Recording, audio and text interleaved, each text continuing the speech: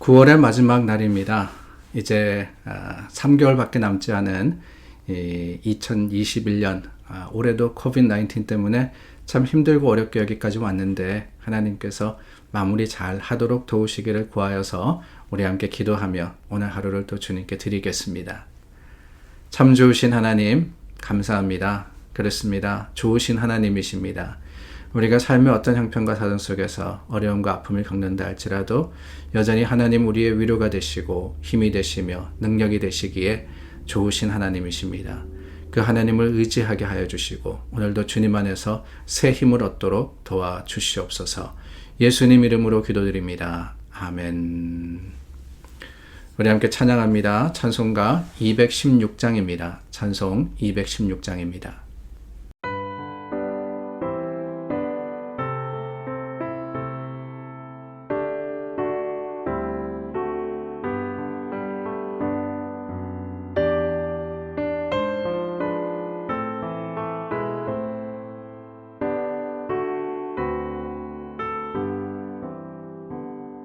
성자의 귀한 몸 날 위하여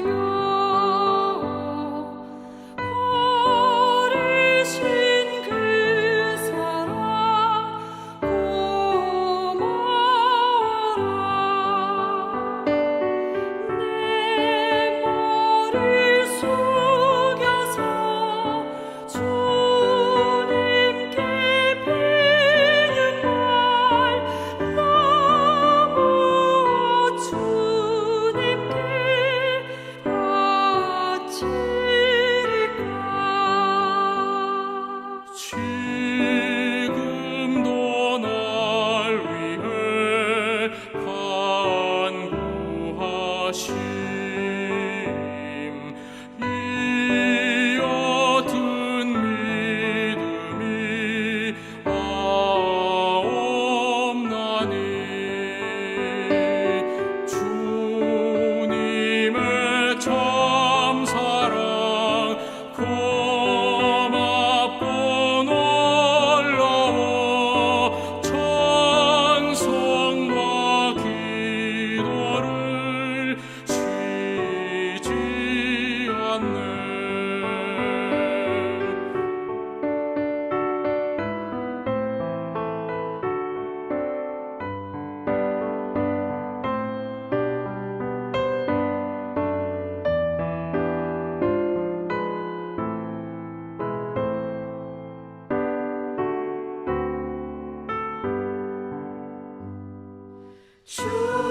주님의 십자가 나도 지고 신실한 믿음과 마음으로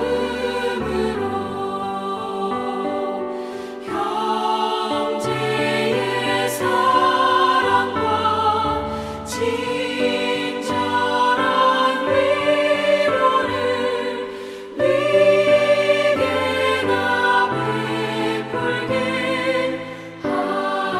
하옵소서. 만 가지 은혜를 받았으니 내 평생 슬프나 즐거우나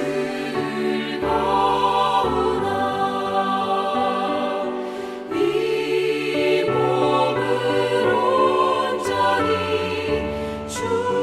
주님께 바쳐서 주님만 위하여 늘 살겠네. 아멘.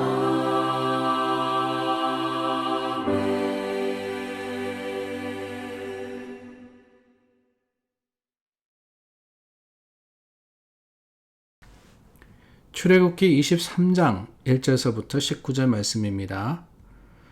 너는 거짓된 풍설을 퍼뜨리지 말며 악인과 연합하여 위증하는 증인이 되지 말며 다수를 따라 악을 행하지 말며 송사의 다수를 따라 부당한 증언을 하지 말며 가난한 자의 송사라고 해서 편벽되이 두둔하지 말지니라. 내가 만일 내 원수의 길이든 소나 나귀를 보거든 반드시 그 사람에게로 돌릴지며 내가 만일 너를 미워하는 자의 나귀가 짐을 싣고 엎드려짐을 보거든 그것을 버려두지 말고 그것을 도와 그 짐을 부릴지니라. 너는 가난한 자의 송사라고 정의를 굽게 하지 말며 거짓 일을 멀리하며 무죄한 자와 의로운 자를 죽이지 말라. 나는 악인을 의롭다 하지 아니하겠노라. 너는 뇌물을 받지 말라. 뇌물은 밝은 자의 눈을 어둡게 하고 의로운 자의 말을 굽게 하느니라. 너는 이방 나그네를 압제하지 말라. 너희가 애굽 땅에서 나그네 되었었은즉 나그네의 사정을 아느니라. 너는 6해 동안은 너의 땅에 파종하여 그 소산을 거두고 7째 해에는 갈지 말고 묵혀두어서 내 백성의 가난한 자들이 먹게 하라. 그 남은 것은 들짐승이 먹으리라. 내 포도원과 감람원도 그리할지니라. 너는 6해 동안에 내 일을 하고 7째 날에는 쉬라. 내 소와 나귀가 쉴 것이며 내 여종의 자식과 나그네가 숨을 돌리리라.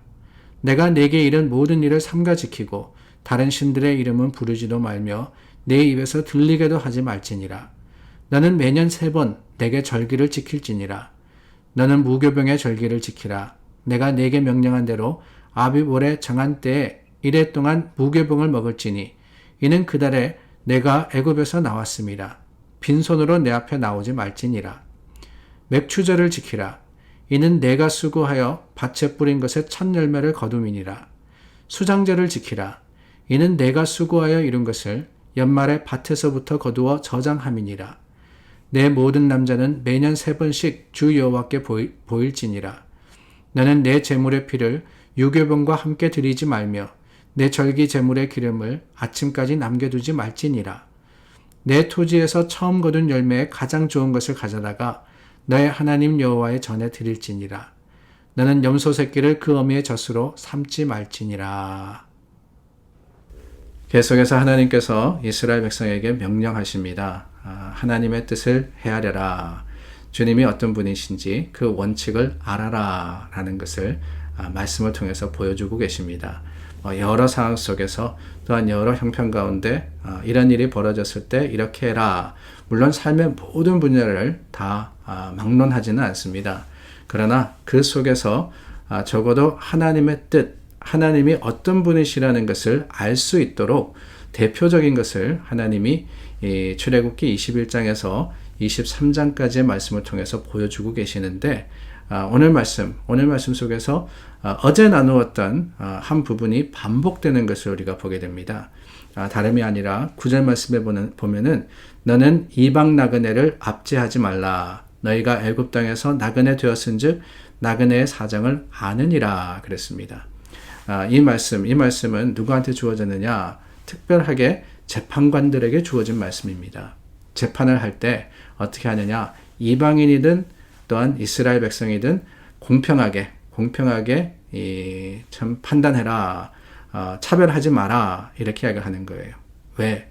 너희가 이방인의 사정을 알지 않느냐? 이방인의 사정을 알지 않느냐라고 하시는 겁니다. 그 이방인의 사정을 알고 바르게 판단하라 하는 것을 6절 말씀에 보니까 뭐라고 표현을 했냐? 너는 가난한 자의 송사라고 정의를 굽게 하지 말며 라고 했습니다. 가난한 자.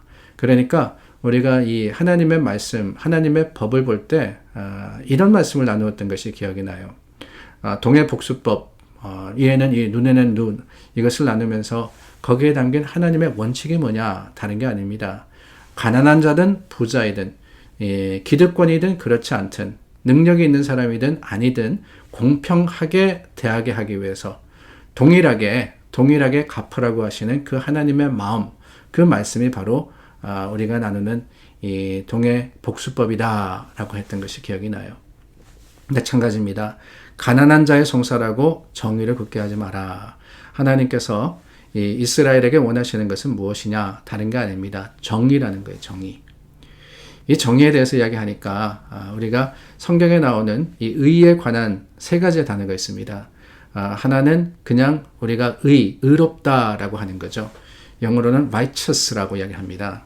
이 의로운 것은 뭐 간단하게 이야기하자면은, 물론 여기에 대해서 우리가 깊이 들어가면은 굉장히 오랜 시간, 굉장히 복잡한 내용들을 나눠야 되지만은, 간단하게 이야기하자면은 의라는 것은 개인적인 것이 아닌가 하는 생각이 들어요. 하나님께서 우리를 의롭다 하셨습니다. 하나님의 모습을 닮아갈 수 있도록 우리의 죄를 용서하시고, 이제는 하나님 앞에 바른, right이라는 것은 옳다는 뜻이 아니니까 옳은 모습의 사람으로 만들어주신 것, 그게 바로 십자가의 능력이고 십자가의 은혜입니다. 우리는 의로운 사람으로서 살아가는 거예요. 그렇다면 정의가 있는데, 이 정의는 뭐냐? 정의라는 것은 관계 속에서 생각을 할 수 있을 것 같습니다. 오늘 말씀에도 보니까 가난 자의 송사라고 정의를 굳게 하지 마라. 정의라는 것은 하나님의 뜻을 따라서 바르게 판단하고 행하는 것, 이것을 바로 정의라고 할 수 있을 것 같습니다.